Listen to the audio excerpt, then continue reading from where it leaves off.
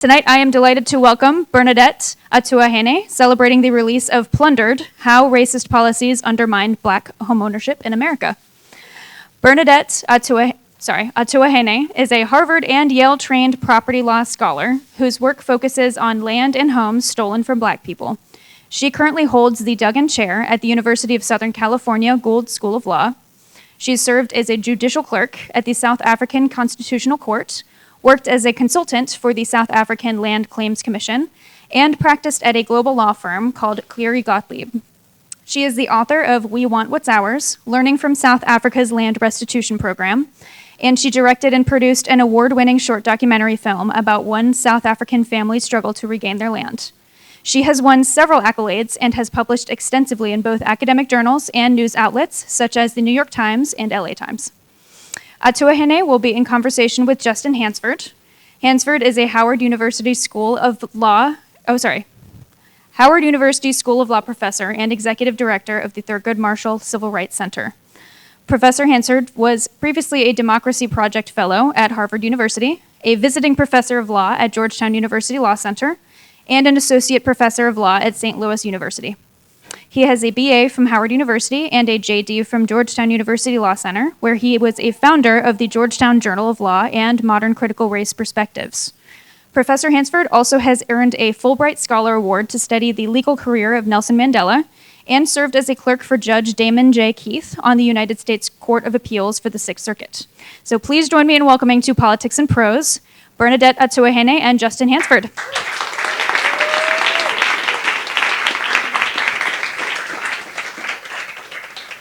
Wow, good evening, everybody.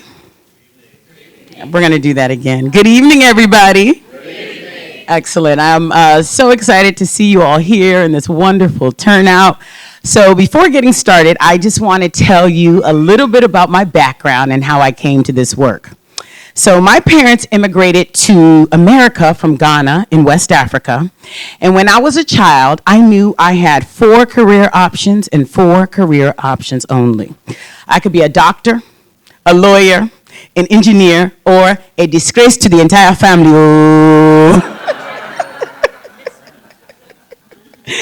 I was bad at math, so engineering was a no-go. Even the thought of dissecting cadavers makes me want to barf, so that wasn't an option. And since I was determined not to be a disgrace, my only option left was law. But I didn't want to be just any old lawyer. Ever since I enrolled at UCLA for undergrad, I knew I wanted to be a change maker protecting intergenerational wealth in my community. And when I commit to something, y'all, I am all in.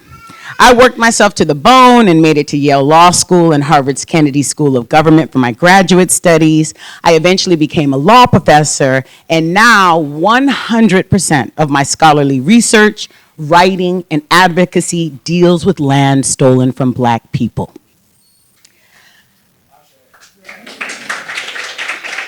So I do ethnography, which means I live and immerse myself in the place I study.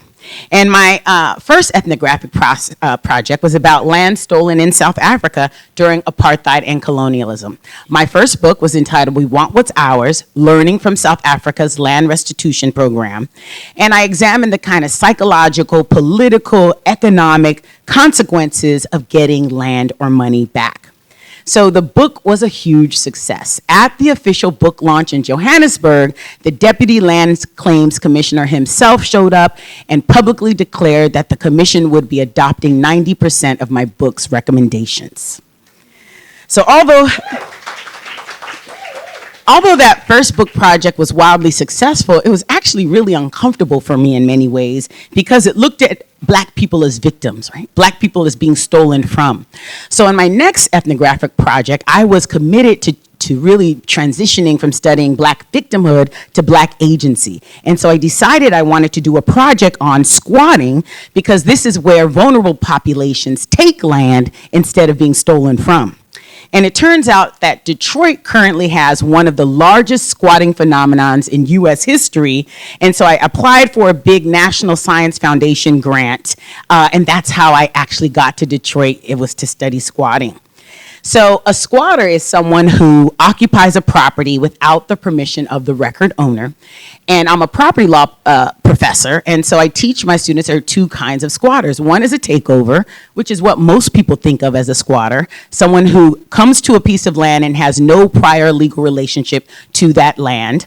But again, I teach my property students about another category called holdover. And that's someone who has a legal relationship and they fall out of it. So they're either a tenant and they fall out of it. But in this case, it was people who were owners and they got property tax foreclosed and they stayed in the home. And when they stayed in the home, they no longer owned it. So they were squatters in homes they once used to own. So property tax foreclosure, I didn't know much about it. As a property law scholar, I knew quite a bit about mortgage foreclosure, but knew very little about property tax foreclosure. So I really had to start doing my homework. And I soon discovered that since 2009, 1 in 3 homes has completed the property tax foreclosure process in Detroit. 1 in 3. We haven't seen this number of property tax foreclosures in American history since the Great Depression. So given the gravity of the situation, I switched my research focus from squatting to property tax foreclosure. So unfortunately, I was back to studying Black victimhood instead of Black agency. So I've lived on the east side of Detroit since 2017 full time, where I'm really trying to understand the city's property tax foreclosure crisis from those I live beside. Myrisha Brown, she's one of more than 150 homeowners who I interviewed for this book. Myrisha is a petite brown-skinned woman with a super cute pixie cut. Hers is one of the many stories I tell in my book, Plundered, How Racist Policies Undermine Black Home Ownership in America, which you all are going to buy today. So one cold winter day, Myrisha and I actually returned to the family home on Bayless Street that she had lost through property tax foreclosure. And as we walked through the house, Myrisha said to me, "Man, Professor, I haven't been back here since my children and I got evicted after the tax foreclosure several years back." And as soon as we both stepped into the yard, we noticed that the home was vacant. And for Myrisha, this was a complete and total gut punch because she had worked so hard to make sure that her home was not a vacant, blighted structure like many of the other homes on the block and in the city of Detroit. As we slowly walked around the home's perimeter, she pointed out all the places she had told me about in the multiple interviews we had conducted throughout the years. She said, "Professor, this right here, this is a spot where my garage used to be. A fire that started next door burnt it down." She said, "This right here, this is a spot where my granddad's beloved apple tree used to be. After he died, it died, and it was eventually cut down."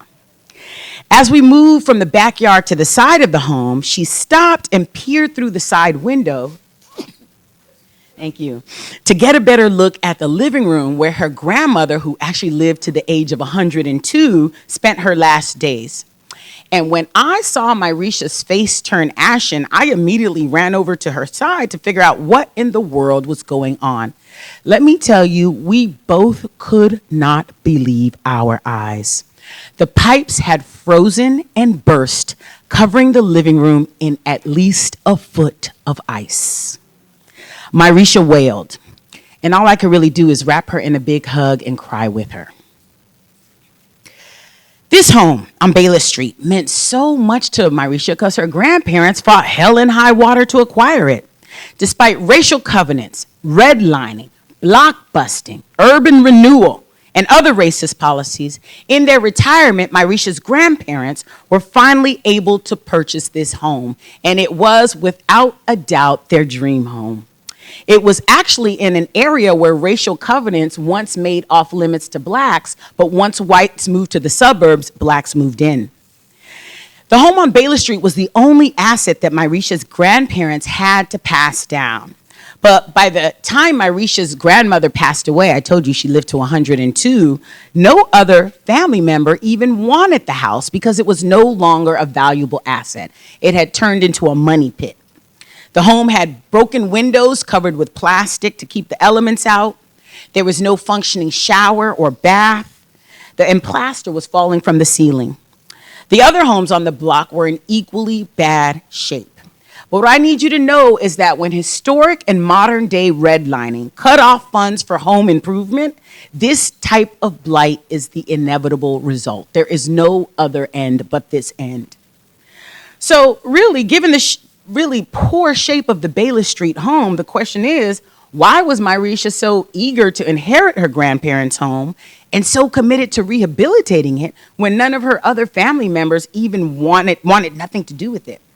So when I first interviewed Myrisha for the first time, she shared her life to me and gave me some insight into this quandary. Myrisha is the oldest child, and she's a woman. And she carried, because of her gender, she carried back-breaking caretaking responsibilities on her very narrow shoulders. Myrisha told me that not only did she care for her 2 children, but she also had to care for their father, who was in a wheelchair as a result of a carjacking. She told me she had to care for her sister, who had a debilitating autoimmune disease, and that sister's child. Myrisha also had to care for another one of her sisters who had irreversible brain damage, and that sister's young son. Because of our nation's poorest social safety net, women like Myrisha are forced to fill the gaps at great cost to themselves. After spending time with Myrisha, it really became super clear why she couldn't easily abandon her grandparents' home on Bayless Street. Under no circumstances does Myrisha evade her family responsibilities. No matter how daunting, she takes them on head on. And rehabilitating her legacy was not something that she wanted to do, it's something that Myrisha had to do. Some of Myrisha's most precious childhood memories happened on Bayless Street. She said to me, "You know what, Prof? I remember scooping up the apples that my granddaddy shook down from the apple tree." She said those were some of the juiciest green apples in the entire city of Detroit. And above all, you all need to realize that Myrisha rides for her city. She is a ride-to-die Detroiter. And she really did not want her home to become a vacant eyesore like so many of the other homes in the city of Detroit, contributing to the story of the city's demise instead of its revival. So that's why you have to understand that day that we both returned to the home on Bayless Street and she saw the living room covered in at least a foot of ice, Myrisha felt like a complete and utter failure. But what I need you all to understand is that Myrisha failed because individual efforts are no match for broken systems. Let me say that again. Myrisha failed because individual efforts are no match for broken systems. The saga started when Myrisha found a yellow bag attached to her porch, just like the yellow bag on the book. Who has a book can lift it up and show the yellow bag on the cover of the book? You see it right there? Thank you, Andre. And basically, when she opened the bag of that yellow bag that you guys see on the book, she found a legal notice informing her that the tax foreclosure process had begun, and if she did not pay her debt by March 31st of the following year, Wayne County would sell her home at its tax foreclosure auction. After she read that notice, she was flooded with emotion. She felt scared. She felt anxious. She felt depressed. But most of all, y'all, she felt shame. She was ashamed because the yellow bag announced to the entire community that she was about to lose her grandparents' home because through property taxes. But surprisingly, when she looked up, she noticed that almost every other home on the block also had a yellow bag attached to the door, to the porch. So at that point, she knew something was up, but she didn't know exactly what was going on. And when I first interviewed Myrisha, she blamed herself for losing her legacy. She said, "You know, the bottom line is, Prof, I wasn't doing what I was supposed to be doing." And most city officials that I interviewed when I first got to Detroit also were relying on these stories of personal irresponsibility to describe the property tax foreclosure crisis. One official told me, "Well, Professor, Detroiters just don't want to pay their taxes." Another told me, "Well, you know what, Professor, the problem is that people bought homes they couldn't afford." And one city official, I'm going to name his name, Dave Shemansky, he told me Detroit's treasurer. He told me, well, Professor, when Detroiters had a choice between paying their taxes and buying purses, unfortunately, they decided to buy the purse. But my research tells a different story. It's not a story of personal irresponsibility.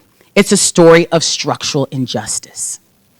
In researching this book, I have interviewed hundreds of homeowners, government officials, and investors. I have gone through reams and reams of property tax assessment data. You guys, I even took a 9-month course and passed a state exam to become a certified Michigan property tax assessor. I told you, when I'm in, I go all in, okay?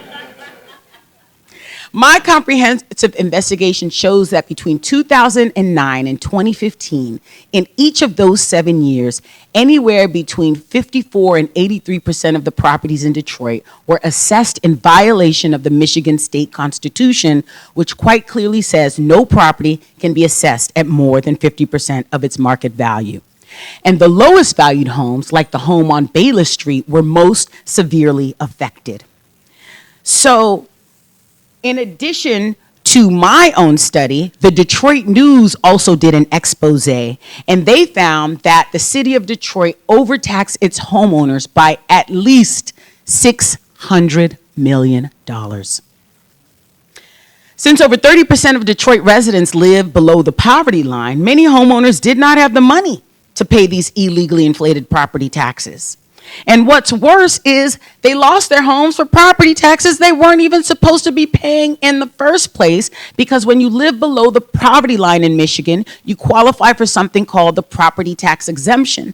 But since the city of Detroit erected so many barriers to attaining this entitlement, many people, thousands of people, tens of thousands of people lost their homes for property taxes they were not supposed to be paying in the first place. So it's no wonder when Myrisha looked up, she saw that almost every house on her block had a yellow bag attached to it. My God, my God. And what I need you to understand is that when a local government takes a family's home for failure to pay property taxes, this is an act of legal violence. And what's stolen is not just bricks and mortar. It also takes intergenerational wealth. It takes priceless memories. Through the chaos of eviction, people lose precious family photos. They lose grandmama's quilts. They can't recover the height marks that we etch into the door frames to mark our children's growth. They're separated from longtime neighbors who become like family. I need you to understand that through property tax foreclosure, people lose so much. Because most tax foreclosed homes had been inherited and were fully paid off, homeowners beat themselves up for losing mama's house or losing granddaddy's house. If these homes had a mortgage on them, the bank would have taken it before the state could have taken it for property taxes. So during the interviews that I conducted with tax foreclosed homeowners, there was so much shame and self-lambasting that when the interview was over, I had to wait until it was over so not to bias my data. I called many people back, and I said, you know what, sis? You know what, my brother? There is no reason to feel shame. Systemic injustice was hidden in those complex property tax calculations. I told them that racist policies put them in a position of trying to slay a dragon with a butter knife. According to my dear brother, Dr. Ibram X. Kendi, racist policies are written and unwritten laws and policies that produce or sustain racial inequity. And the way that property taxes are administered in Wayne County undoubtedly qualifies. So Wayne County has 43 cities, 33 of which have a supermajority, 70% or more of white people, and 3, Detroit, Inkster, and Highland Park, have a supermajority of black people. I did a study that found that the majority black cities are experiencing these unconstitutional property tax assessments and foreclosures at a far greater rate than the majority white cities. This is racial injustice. But I need you to understand that this injustice is actually not exclusively a Detroit problem. Detroit is actually ground zero for a national problem. Two of my colleagues, Carlos Avanacio Leon and Troop Howard, did a national study. I still don't know how they get their hands on this data, but the study is fantastic. So well done.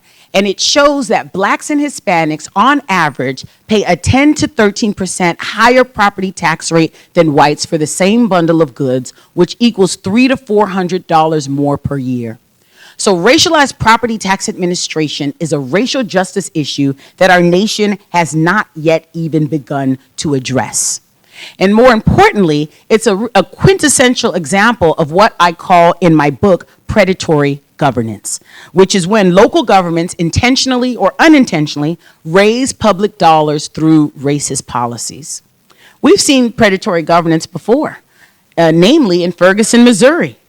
Beyond what happened to our dear brother Michael Brown, there is an excellent DOJ report documenting how police in Ferguson engaged in unconstitutional policing by unfairly subjecting African Americans to excessive fees and fines. Who benefited financially? Not any corrupt police officer or city official. It was the city of Ferguson itself. Predatory governance is what's happening in Detroit and many other cities where the local governments are inflating the property taxes of black and brown homeowners, whether they're doing it intentionally or unintentionally. And who financially benefits? Not some corrupt public official, but the public coffers. So just as Detroit is ground zero for this national problem, Detroit is also the epicenter of the resistance. And this is the part of the talk that just gives me life, right? This is why I can keep doing this work. So once my research really exposed all these hidden structural problems, this information lifted the shame, allowed homeowners to stop beating themselves up, and made room for righteous indignation so that the fight back could begin. In 2017, my students and I joined with over a dozen grassroots organizations to create something called the Coalition for Property Tax Justice. And we have 3 goals and 3 goals only. The first goal is to stop these unconstitutional property tax assessments in Detroit and throughout the nation. Our second goal is to stop the ongoing foreclosures in Detroit until we can make sure that if someone is foreclosed upon, it's for what they actually owe and not for these illegally inflated property taxes. And our third goal is compensation. Because you can't just be having these empirically verified illegally inflated property tax assessments talking about some oops, I'm sorry. We need some compensation. Okay. So by building community power, we have been able to secure several significant wins. We have halted roughly 13,000 tax foreclosures by pressuring the Wayne County Treasurer to place a moratorium on owner-occupied homes in 2020, 2021, 2022, 2023, 2024, and we're currently working on the moratorium right now for 2025. We have helped over 1,000 Detroit homeowners successfully apply for a total of $4.4 million in federal ARPA funds to pay their illegally inflated property tax debt. We have appealed the inflated property tax assessments for over 1,000 Detroit homeowners completely free of charge. And we've already secured $6 million from the city of Detroit for compensation. Most importantly, through the Dignity Restoration Project, which Chintan Maru here will talk about at the end of this program, we're raising $10 million to compensate the hardest hit Detroiters like Myrisha, who lost their homes through tax foreclosure due to illegally inflated property taxes that they weren't even supposed to be paying in the first place because they qualified for that property tax exemption. So you all can go to dignityrestorationproject.org to donate. Again, dignityrestorationproject.org. Your contribution sends a message saying, I see you and I affirm your dignity to Myrisha and the other 30,000 people who the local government unfairly took their homes for property taxes they weren't supposed to be paying in the first place. To conclude, I'm glad that I did not become an engineer. I'm glad that I did not become a doctor. I'm glad that I became a lawyer fighting against the theft of black homes, fighting to protect our intergenerational wealth and dignity. Both of my parents have gone on to glory, but I know they are smiling down on me because, I've managed not to be a disgrace. Ooh. But more importantly and more seriously, people in Detroit and throughout the country who are filled with shame because they're fighting a losing battle against racist policies, they are not a disgrace either. Thank you.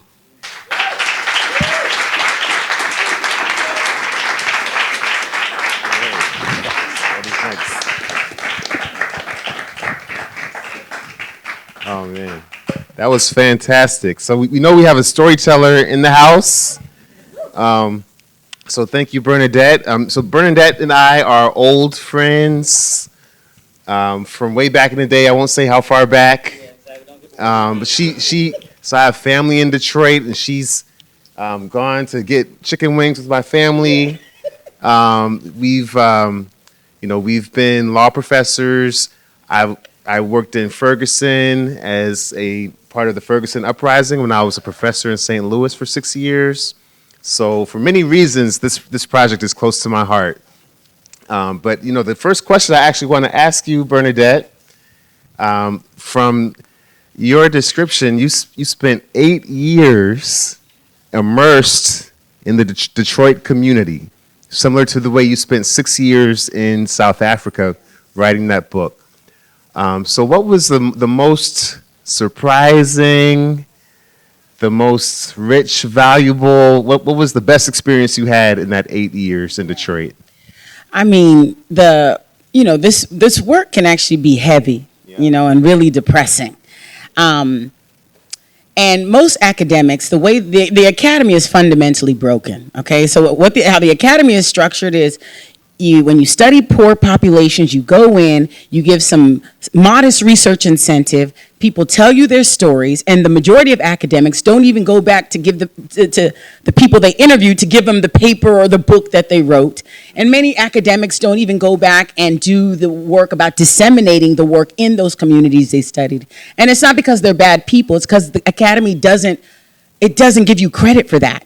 Any of this hard work of dissemination of your findings, you have to do on your own account. It doesn't help you get tenure. It doesn't help for advancement. There are structural disincentives to doing this kind of work. So, but before I went to law school, I was a community organizer in South Central. So when these findings came through, there's no way I could just keep it moving. At that moment, we were like, all right, I had to take off the academic hat and put the organizer hat on. We had to get to work. And that, Justin, is what gives me life, is that work, right? Because, study after study, we've done several quantitative studies in addition to the ethnographic work. And, but the fight back is what really gives me life. And that's my favorite part of this.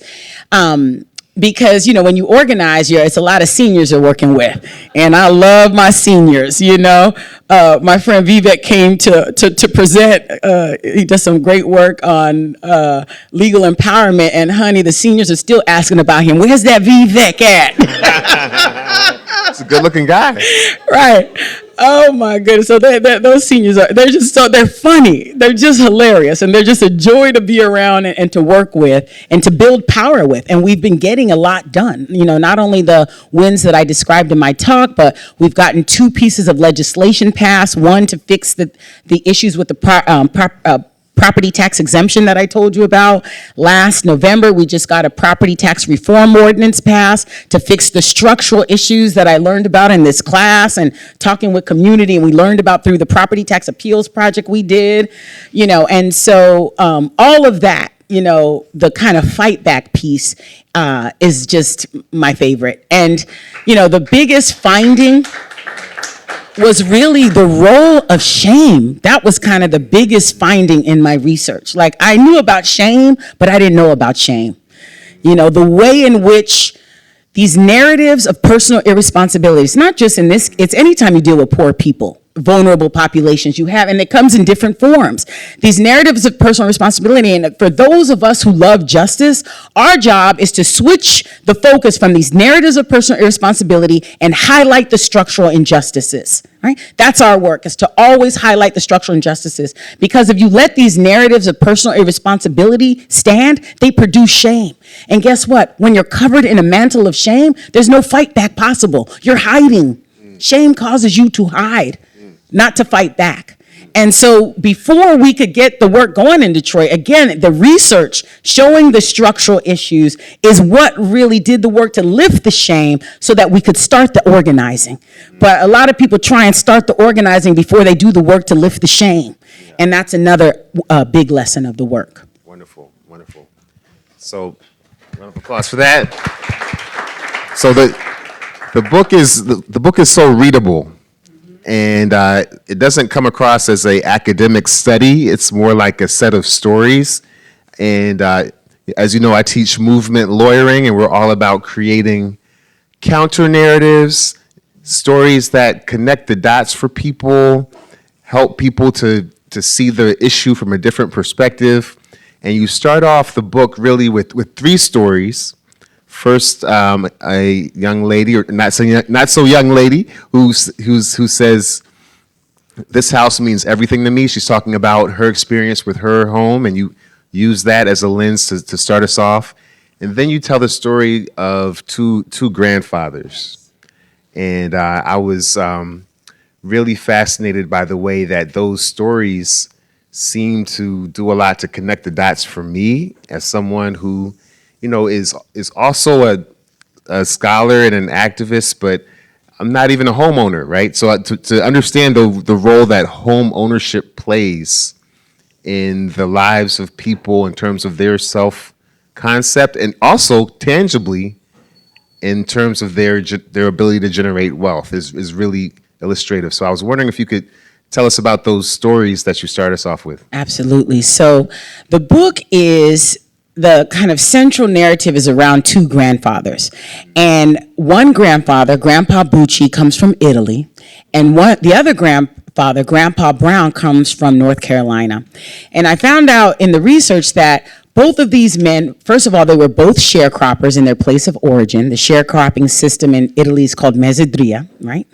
And so they were both poor, they were both sharecroppers, and they both came to Detroit to work at the same factory, Ford's River Rouge factory, which was one of the dirtiest, most dangerous factories in Detroit between 1903 and 1905.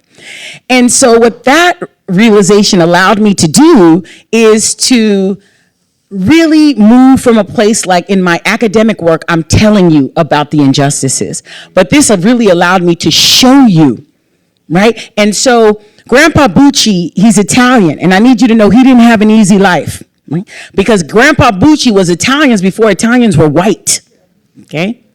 Grandpa Bucci had 4 fingers. He worked before he got to River Rouge in the coal mine factories in France.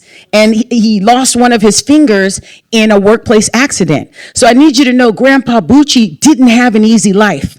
But at no point did Grandpa Bucci have to deal with racial covenants, tucked in deeds that prevented him from occupying the best parts of the city, prevented him from occupying the suburbs where the houses were cheaper, bigger, with better amenities. Grandpa Bucci had a hard life, but at no point did Grandpa Bucci have to deal with the federal government drawing a red line around his neighborhood, saying that his neighborhood was a credit risk, and which disallowed investment, home mortgages, home repair loans from coming into the community. And again, the inevitable result of that redlining was blight. So although Grandpa Bucci had a hard life, his community was never redlined. Although Grandpa Bucci had a hard life, he was never subjected to urban renewal, where his entire community was bulldozed. Blighted homes, unblighted homes, along with cultural institutions and black businesses. And so, along with the social capital and those neighbors who had become family and were able to discipline the young people and keep them in check through that thick social capital. Right? Grandpa Bucci's community wasn't disseminated in such a way that there were only a few communities that black people could go to after urban renewal. And now those communities were communities of strangers, vulnerable to disorder and crime, etc. Grandpa Bucci had a hard life, but at no point was he subjected to block busting. When he tried to come onto a block, real estate intermediaries coming and saying, the blacks are coming, your property values are going to go down. And they were, in fact, going to go down because of redlining, because of the federal government policy. Whites sold quickly, moved to the suburbs. Blacks bought those same homes at an inflated price because they had very few other options, right? And so although Grandpa Bucci had a hard life, he was never subjected to racist policies like redlining and racial covenants and block busting and urban renewal, and more recently, predatory mortgage lending and racialized property tax administration.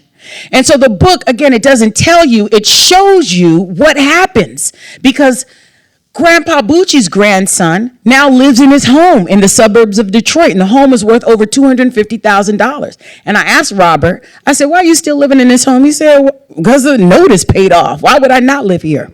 And I just told you about Myrisha, Grandpa Brown's granddaughter, inherited his home, which was not an asset, it was a money pit because of modern day and historic redlining. And so the narrative that we always hear is Grandpa Bucci and his descendants have what they had because they worked hard. Let me tell you something. Grandpa Brown worked hard too, right? But when you look at a black community and you see the blight and the disorder, who gets blamed? The thing that's visible, the black people in that community. These racist policies have no shoulders on which to carry the blame. These racist policies are invisible. And so what's visible carries the blame. And that's the work of these narratives of personal irresponsibility. Mm-hmm. So that's what the story, and again, the story of these two grandfathers, I actually had written the book and then discovered that the grandparents, and so I rewrote the book using these two grandparents as the hook, because I didn't discover it until very deep into the writing and the research and I said, once I found it though, I was like, this is it. This is how America's gonna see what is the effect of racist policies. This is these are the images that they need to understand the work that these invisible racist policies do.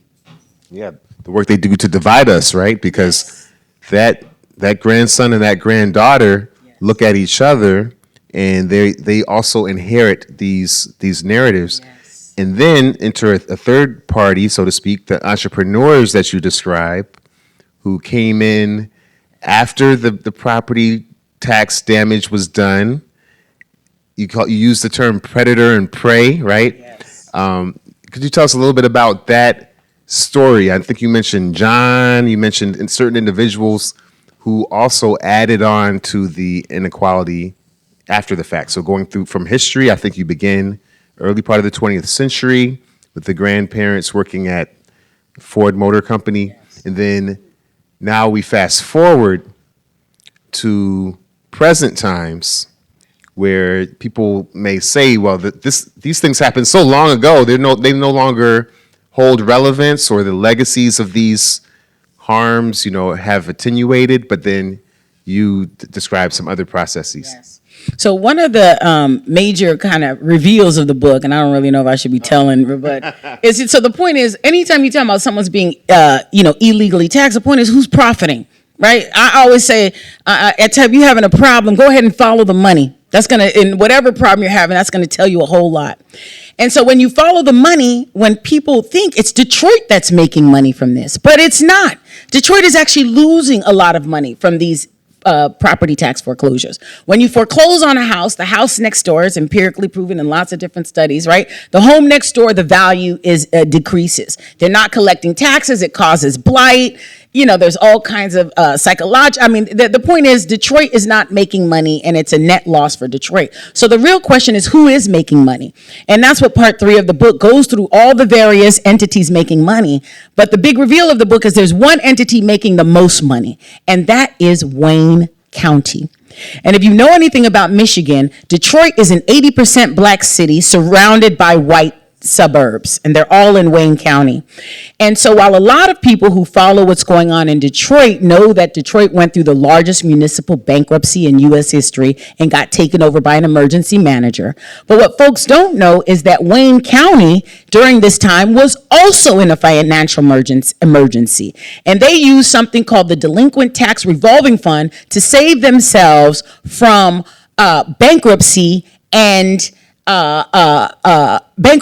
emergency management. So what is that? So the Delinquent Tax Revolving Fund, basically it's a fund where all of the proceeds from the foreclosures go, and most importantly, in Michigan, if you are late on your taxes, you then have to pay an 18% interest penalty, which is absurd because that suggests you have the money and you just don't want to pay it. But if you ain't got the money, putting 18% interest it's just making the situation worse. But that's the law in Michigan.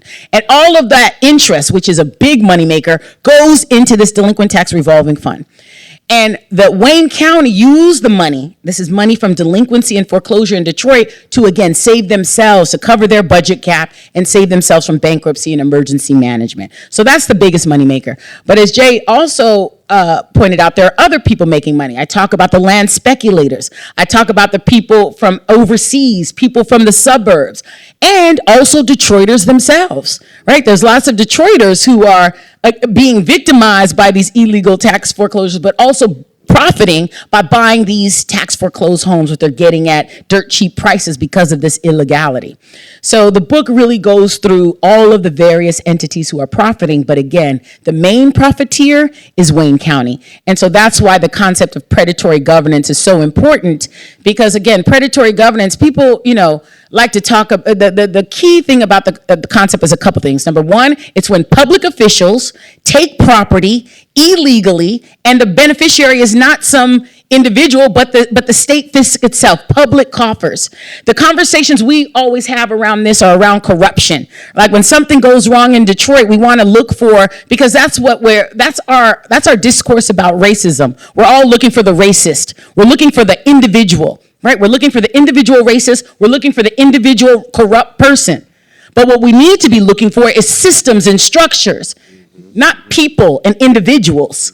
And so that's what predatory governance is shifting us by moving us away from these ideas of intent. I don't care, again, my idea of racist policy, a racist policy is a policy procedure that produces racial inequity. My definition of racist policies has nothing to do with intent. Because if I punch Jay in the face, it's still, I never punch you. If I punch him in the face, the point is, it'd be stupid for us to be like, did she mean to do it? Let's give this brother some stitches, right? Let's patch him up. But America is so obsessed with intent, right, that we miss the systems and the policies. And so that's the work that this conversation about predatory governance is doing, is moving us away from our obsession with intent to identifying a system. Right? And I'll say one last thing. In the book, I'm very intentional. You'll never see me in the book use the term systemic racism or institutional racism.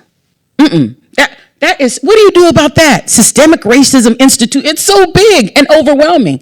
Instead, I use the term racist policies, which you see in the title of the book. Why? Number one, it's more intelligible to average regular people, racist policies. But more importantly, number two, racist policies forces the person making the claim to enumerate the actual policies. Like in my instance, in the book, you'll see I enumerate the fact that the reason is that, this 18% interest penalty, the city of Detroit is, they don't have the systems in place to properly tax lower valued homes. I go through each and every one of the policies that create this racial inequity. Right? And once we do that work, now that we've laid out the racist policies, we can do the hard work of disassembling those policies. But so long as we keep the conversation at the level of structural racism and institutional racism and systemic racism, there's nothing we can do about that. But once we talk about racist policies, that forces us to enumerate the underlying policies again, so we can get to work on disassembling those policies. Thank you. So, as a lawyer, I always come back to the question, thinking about the law, and you just described the law. And as I was reading your book, I'm a critical race theorist. I think I can out you as a critical race theorist as well. It's a dangerous thing to be, but we think a lot about the role of, say, the way the Constitution has been interpreted, that how the 14th Amendment jurisprudence requires intent, and it sort of frames the way that people think about what racism is, right? So you talked about racist policies, which are essentially racist laws, and how they're sort of hiding behind our core narratives, which speak to personal responsibility and blame people. But then try to end on a happier note, right? So you come to a point in time, 2017, I think it is 2016, and a coalition forms, and here are people seeking to use the law again to make change, to be a part of the solution. So I wanted to hear more about that experience, because it seems like you're hearing so much about these policies and how the law harms us and has put us in this predicament. But on the other side, the law can help us. Yes.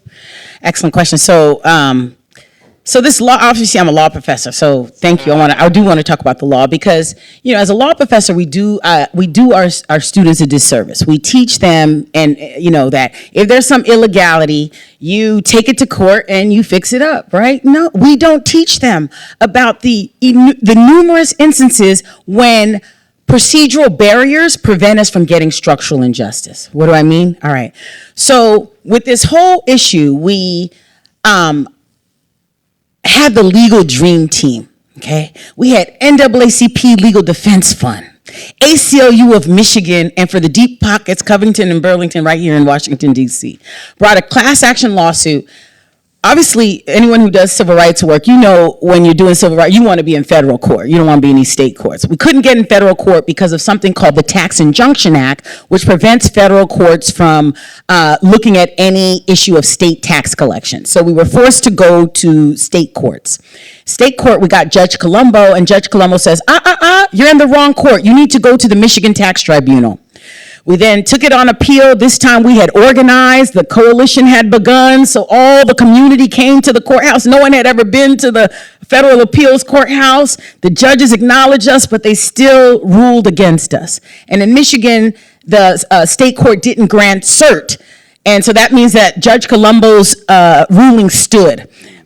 And so this procedural ruling, it's called improper venue, kills the case for 3 reasons. Number one, it kills a case because the Michigan Tax Tribunal is an administrative agency. It's not a court, so it doesn't have injunctive power. And an injunction is when a court tells you to do something or not to do something, and that's the main remedy we wanted, was an injunction. The second reason it kills the case is because, again, it's an administrative agency and not the court. They don't have class action facilities. When you bring something you have to go one by one by one. And I told you up to 84% of properties in Detroit were being assessed in violation of the Michigan State Constitution. There's no way we could have brought all of those homeowners one by one by one. Third and final reason that this forcing us to go litigate in the Michigan tax, and again, the tax tribunal, the judges are real estate agents. Some of them are not even lawyers, right? And the third and final reason is because of the statute of limitations. We were suing on the Fair Housing Act, which, as Jay points out, it's one of the few places where disparate impact is still alive, right? Because ever since Washington v. Davis, you need intent to have any remedy, but the Fair Housing Act is one of the places. So we were suing, and you have 2 years under the federal FHA to bring a case, because it takes a lot to really make your case and the evidence for disparate impact. When you go to the Michigan Tax Tribunal, you had to file a claim between February 1st and February 15th. So for those 3 reasons, this procedural ruling completely kills the case. And people can't imagine it because we have these fallacies about if there's illegality, courts will clean it up. that although we have all of this empirical proof, and mind you, all of my evidence, the mayor has it, the assessor, the mayor, everyone has it, no one's contesting the evidence. They say you're right, and the assessor even said it might have even been worse, Prof. Okay, whatever. But the point is, no one's contesting the data, right? But the point is, this data has never been heard by a court because of these procedural barriers. And so, again, when I talk about illegally inflated property taxes, right, this is, these are the, again, we could not have had better legal representation, but these are the procedural barriers that prevented us from getting substantive justice. And I have a friend who's a judge, I won't name her name, but she said to me, she's like, Bernadette, you know, she's like, this happens so often. And, you know, well, first I want to say, if anyone has a question, I see some folks who have questions. I think you write down your question, and I'll start to. And she'll be. Yeah, somebody will come around and collect it, and then we'll. You can just hand them and put them towards your left, and I'll collect them over here. You go first. Okay, great. Well, I'm from Detroit. Sure. Hey, sis. East side, west Okay, side? thanks. West side, Jessica Davidson. Okay. Okay. But my parents grew up on the east side. I was just having this conversation with my best friend who still lives in Detroit this morning. Can you give her the mic? I have a mic here. There you go. I'm from Detroit. I was born and raised, and I was just having this conversation with my best friend who still lives in Detroit. And her family lost 3 homes between tax and reverse mortgage on the other. And she's so angry at them and ashamed. And I was trying to explain to her, this is structural, that she should not feel the anger toward her family and the shame that she feels. I can't say all that you just said. What could I say to her for her to get over this anger and shame that she carries every day? Yeah, this is real. So we have something called Coffee and Stories. Every first Saturday of the month, we meet at either ECN or at MAC. And literally the whole event is we bring resources and everyone goes and tells their story. And I can't tell you that event, that monthly event, does so much in terms, because when people say it all the time, like, I thought I was alone. I thought I was the only one. But when you're in a venue and you hear story after story after story about it happening to other people, it lifts the shame. Right. And also, it not only lifts the shame, but that's our main organizing space. So not only do we just lift the shame, but we have resources for you, and it's about fighting back. So one of the services we offer is, if she's still a homeowner, we will look at her property taxes, and if she's being overassessed, we'll file the appeal for free. And over 80% of the people who we service come back and fight with us through the organizing. So, send her to Coffee and Stories, ASAP. I will. Do not pass go. All right, thank you. Thank you. So I have another question here, and I have a little addition to the question too. So it says, many cities are working to address a large number of vacant and or blighted properties, but your work shows how unhelpful / unjust enforcement is from a city level, not serving individuals or city managing neglect or neglected property. How can cities help simultaneously restore home ownership to support strong communities, AKA, how can the system help us versus hindering us as individuals? And when you told your story about the processes, the administrative processes, serving as a barrier, what popped up in my mind was the case of the city of Tulsa and Black Wall Street. I'm not sure if many of you are aware, there was a lawsuit for public nuisance that was filed, and some of the survivors from the Wall Street massacre brought suit in Oklahoma State Court, and the court refused to provide them any sort of remedy, saying basically for procedural reasons, either it's a statute of limitations and things like that. Now the mayor of Tulsa did intervene about a month ago, and he said that he would be providing some remedy for those families, even using the word reparations. So going to this question and building off of the issue that I just described, what sort of systemic responses do you think could really make a difference in these cases? How could we see the system be part of the solution as opposed to the problem? Yeah. So the reparations question is an important one. So, in the reparations debate, there's this thing about how far back do we go? Do we go all the way back to slavery? Ta-Nehisi Coates says, no, let's start with Jim Crow.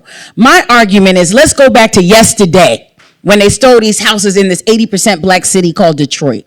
Because the point is, if we can't get it right in Detroit, this whole reparations project is in peril. If you can't get it right in Detroit, where the harm was so recent and so well documented, right, that if you can't get it right in Detroit, then we're just wasting our time with this whole reparations project. And so my view is that Detroit is where we need to start. Get the systems together, and that's exactly what we're doing in the Dignity Restoration Project, which Chintamara will talk about in just a second. But that's my view about the reparations question.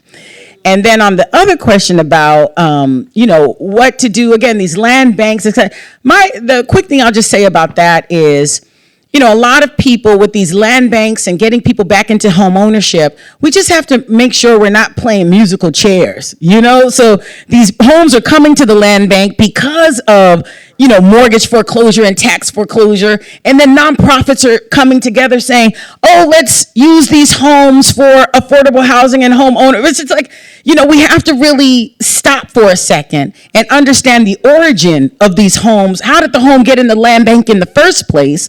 And perhaps put more energy into making sure these homes don't come in the land bank in the first place, instead of focusing on the energy and giving the homes to, it's just a destructive merry-go-round that needs to stop.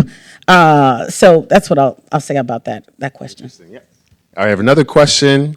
Are there other cities that have also experienced widespread tax foreclosure injustice? Absolutely. Like I said to you, this study, again, by Carlos, if you guys want to look it up, again, Carlos Avendaño León and True Powered, nationwide, blacks and Hispanics are paying a 10 to 13% higher property tax rate than whites, which equals $300 to $400 more per year. So again, that's why you don't see this is a national problem. This is not just a Detroit problem. This is a national problem. So yes. So, we're going to see this again in most black and brown, majority black and brown cities. All right. So I have another question. If there are any more questions, please pass it to the left. So, Bernadette, I teach students how to become movement lawyers at Howard Law School, right? And I say there are 4 principles to movement lawyering. This is what I tell them. I don't know if I'm right or not. This is my philosophy on it. Number 1, you have to learn how to mobilize counter narratives. 2, you have to learn how to analyze the context of the problem, understand how power is working. 3, you have to be able to and willing to engage in the process of radical imagination. And think outside the box. Think about how the history of the community could be part of the solution as opposed to the problem. And you, as someone who's been an organizer, a lawyer, a scholar, a storyteller. I know you say you're not a journalist, but it seems like you're telling stories. You've seen the problem from all of these different angles. So out of all of those 3 principles, I want to focus on radical imagination. So what do you, if you were to just be able to engage in a dream the dreamiest dream, right? To think about how you would love to see the city respond in a perfect world outside of the practical. What should happen? Like what could be a remedy that not just restores the material home ownership point to these families, but also eliminate the shame, eliminate the feeling of loss of dignity. I know you've done scholarship on dignity. Eliminate all of the different things that the city has brought upon the people. So that speaks to my first book, where I create 2 concepts. The first idea is this idea of a dignity taking. And that's idea to say that You know, if I take something from you, I don't know you, my brother, but give me your phone. So if I take something from you, the point is that the moment of compensation is to give you this thing back or something that's equivalent to the thing. But there are other instances where I take something from you as part of a larger strategy of dehumanization and infantilization. There, I've taken more than just your property. I've also tried to rob you of your dignity, and I call that harm a dignity taking. And the argument goes, when this larger harm called a dignity taking has occurred, mere reparations is not enough, right? What's required, like just giving you compensation for this physical thing here, is not enough. What's required is a more robust remedy that I call dignity restoration. And that's the process of restoring not only assets, but also agency. Right? And what does that look like? That looks like putting dispossessed individuals and communities in the driver's seat and allowing them to determine how it is that they're made whole. And so again, dignity restoration is what the project we're engaged in Detroit, because we do believe that that is the robust solution that's required to, again, restore dignity, remove shame, right? Because people are losing, again, more than just assets. They're also losing agency and autonomy. Thank you. It's a great answer, wasn't it? That's what I wanted. That's what I was trying to get to. All right, so we have 2 more questions here, and I think we may need to transition to our friend Chin. So the first question is a fun one. Can you speak to how Randall Kennedy has informed your work? Not at all. Important to know the shoulders you stand on. Huh. And secondly, But wait, not Randall Kennedy, but there are other people who have absolutely informed my work. He's just not one of them. who are the other people? Oh my goodness, so many. So obviously Ibram Kendi. So he's the one that convinced me. You know, that brother, because I used to be talking about structural racism. He's the one that convinced me to make this switch to talking about racist policy. So that was a big change for me. And, you know, to be honest, I didn't like the, what's it called? To be an anti-racist. But Stamp from the beginning, forget about it. That's one of the best books on race in the last decade. Excellent, my God.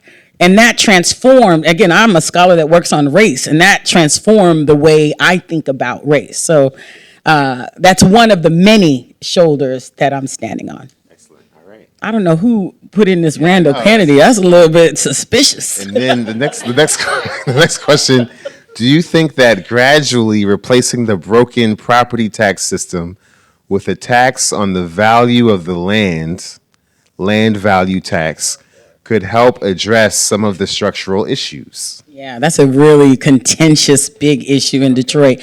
And so my point is this: with the land value tax, this is a big thing that they're trying to do. The mayor is trying to push this. But my point is, to do a value tax, you have to have a strong bureaucracy to pull something like that off. And what we've seen, Detroit currently can't even get the basics together. They're not even following the Michigan State Constitution. So my thing is, okay, we might be able to do that, but let's get our fundamentals together. University of Chicago Center for Municipal Finance just released the study for 2025, and Detroit is still overtaxing the lowest valued homes in the city. So it's absurd to try and do something. Let's get the fundamentals together. Let's get the bureaucracy together before we move on to any other, level 2 intervention. Let's get our level 1 together. So that's been my position on that, on that proposal, which is really controversial. Wonderful. All right, one more time for our author. Thank you.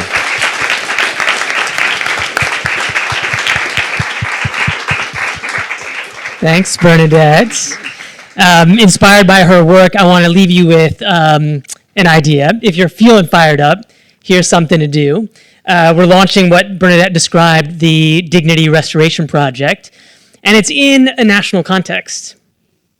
There are 3 state-level commissions. New York, correct me if I'm wrong, New York, California, Illinois. There's several other city-level reparations commissions. DC? DC, thank you. And they are right now researching harms. And at some point, those research efforts will need to move to this idea of not only compensation, but dignity restoration. And that's what we're trying to build with this effort. And these are really practical, important questions around how do you mobilize resources, how do you define eligibility, how do you move that money with integrity, and how do you actually shift the narratives, as Justin was saying as well.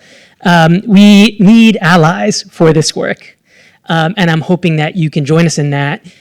It turns out that this Wednesday, Ashonda Fleming, big up to Ashonda, can stand up too. She is leading this effort right now, and she's convening a ally advisory group this Wednesday night, which you can join on Zoom. And please just take a little index card and look us up and talk to us afterwards. We'd love to share more. All right. Still an activist, I see. And especially, we're trying to raise $10 million. So a lot of you are in the fundraising world. So please talk to these two if you have leads and et cetera, et cetera. So the fundraisers, please talk to them as well. All right. So without any more questions, one more time for our illustrious author.